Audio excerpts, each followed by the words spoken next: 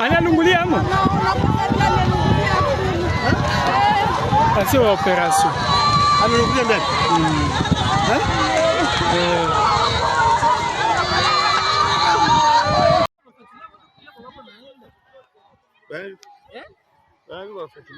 Ni vivi tu vya hivi viko mai inatoka moto ndio unakuja na